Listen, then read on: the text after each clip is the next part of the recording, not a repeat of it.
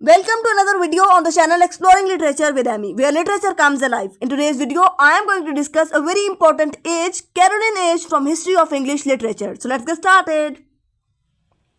As I have earlier told you that Renaissance was a period of 160 years. This long period is subdivided into 4 shorter ages after the names of political leaders. The ages are Elizabethan age, Jacobean age, Caroline age, and the last one is Commonwealth period. The age which we will discuss today is Caroline age. So the age is named after Charles I, who was ruling on England from 1625 to 1649.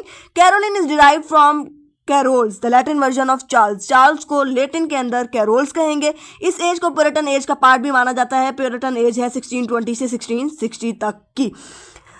The important facts जिन्होंने इस as को influence किया, उनको discuss करने से पहले मैं आपको ये बता दूं कि चार्ल्स वन जो है वो एक बहुत जालिम किस्म का शख्स था, बहुत जालिम किंग था, ठीक है. और इसने जो शिप टैक्स जो कि पहले सिर्फ कोस्टल स्टेट से लिया जाता था, इसने ये ऐलान कर दिया कि जितनी भी आवाम है इस मुल्क की वो सब जो है वो शिप टैक्स को पे करेंगे. Now the next thing which he did was कि he announced that he is going to marry a Catholic queen. अब people of England they were afraid, क्योंकि अगर कैथोलिक क्वीन रूल करेगी तो जो लोग इंग्लैंड में रह रहे हैं जो कि प्रोटेस्टेंट्स हैं, दे विल बी एग्जीक्यूटेड. तो इस वजह से लोग इसके खिलाफ हो गए थे. अब हम उन इंपॉर्टेंट फैक्ट्स की बात कर लेते हैं जिन्होंने इस एज के लिटरेचर को इन्फ्लुएंस किया. The civil war was between Cavaliers and Roundheads, ठीक है. अब कैवेलियर्स कौन थे? जो किंग को चार्ल्स वन को सपोर्ट करते थे वो कैवेलियर्स थे, ठीक है. और इनमें ज़्यादातर जो है लॉर्ड्स थे या उनके डिपेंडेंट्स थे. और राउंड हेड्स वो लोग थे जो कि पार्लियामेंट को सपोर्ट करते थे, और इनमें ज़्यादातर लोग जो थे वो प्यूरिटन्स थे, ठीक है. अब जो चार्ल्स वन है उसने आकर पार्लियामेंट की मीटिंग्स को पे पाबंदी लगा दी 11 साल के लिए, ठीक है. अब जो नेक्स्ट चीज़ है वो क्या है कि एक ग्रुप था लिरिक पोइट्स का, ठीक है, जो कि कैवेलियर्स से एसोसिएटेड था, और उस ग्रुप का नाम है कैवेलियर पोइट्स, ठीक है. इस ग्रुप के मेंबर्स में Richard loveless, sir John Suckling, Robert Herrick और थॉमस क्रू वगैरह जो है वो शामिल हैं, ठीक है. और ये जो पोइट्स हैं इनको सन्स ऑफ बेन कहा जाता है, और उसका रीज़न क्या है कि they admired and they followed Ben Jonson, ठीक है. They were the admirers and followers of Ben Jonson, ठीक है. और इनकी पोइट्री के अंदर भी हमें बेन जॉनसन का एक वो इन्फ्लुएंस जो है वो नज़र आता है, ठीक है. इनकी जो पोइम्स हैं वो ट्रिवियल थी, गे थी, विटी थी, कोई मकसद नहीं था इनकी पोइम्स का, और ये ज़्यादातर जो हैं वो लिसेंशियस भी थी, इलीगल थी, ठीक है. 1642 में क्या होता है कि इंग्लिश थिएटर जो है उसको ऑफिशियली बंद कर दिया जाता है. And on 14 June 1643 licensing order for printing was passed, ठीक है. अब नेक्स्ट जो हमारे पास चीज़ है दैट इज़ के जो कैवेलियर्स थे उनको शिकस्त होती है, ठीक है. और जो किंग है Charles one, he was caught and publicly beheaded. He was the only king who was beheaded from the British history, ठीक है. और 30 जनवरी 1649 को ये सब होता है, ठीक है. His death mark the dissolution of monarchy for the time being. कुछ देर के लिए अमरीत का खात्मा हो जाता है, ठीक है. इंग्लिश कॉलोनीज जो है वो मज़ीद एक्सपेंड हो जाती हैं, और ओलिवर क्रोमवेल जो है वो एक प्यूरिटन लीडर के तौर पर जो है वो गद्दी संभाल लेता है इन 1649 after the death of Charles one. अगर हम इस एज के मेजर राइटर्स की बात करें तो उसमें यह है कि डन और हर्बर्ट जो है दे कंटिन्यूड राइटिंग, ठीक है. उन्होंने एक मेटाफिजिकल पोइट्री को लिखना जारी रखा. उसके बाद हमारे पास जो है वो हेनरी वॉगन जो है, उसके अलावा एंड्रियो मार्वेल, ये इन सब लोगों ने भी जो है वो मेटाफिजिकल पोइट्री की इस टाइम पीरियड में.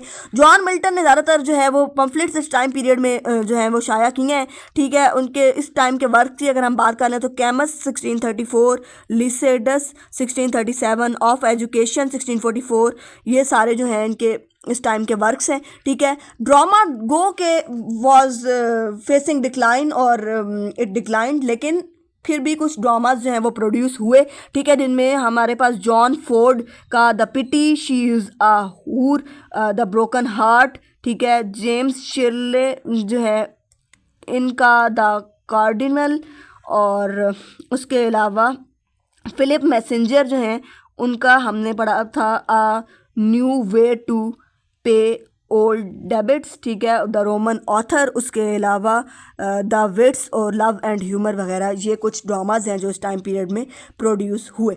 अब जो हमारे ये कैवेलियर पोइट्स हैं, कैवेलियर पोइट्स ने काफ़ी सारी पोइट्री जो है वो की है, और इस टाइम में एक टर्म थी जो कि कैवेलियर पोइट्स की पोइट्री में एज अ थीम यूज़ होती थी, दैट इज़ कार्पे डियम। और कार्पे डियम का मतलब है सीज द टाइम। वो इस बात पे यकीन रखते थे कि जो भी टाइम है, जो भी आपको लाइफ मिली है, इसको इंजॉय करो और इस टाइम से भरपूर फ़ायदा उठाओ, ठीक है। नेक्स्ट जो हमारे पास चीज़ है, अगर हम मेन लिटरेरी फीचर्स इस एज के डिस्कस कर लें तो उसमें क्या है कि ड्रामा डिक्लाइंस सिग्निफिकेंटली, जैसे कि मैंने आपको पहले बताया, जैसे जब थिएटर्स भी बंद होंगे तो ड्रामा ना कोई लिखेगा और ना ही परफॉर्म होंगे, ठीक है।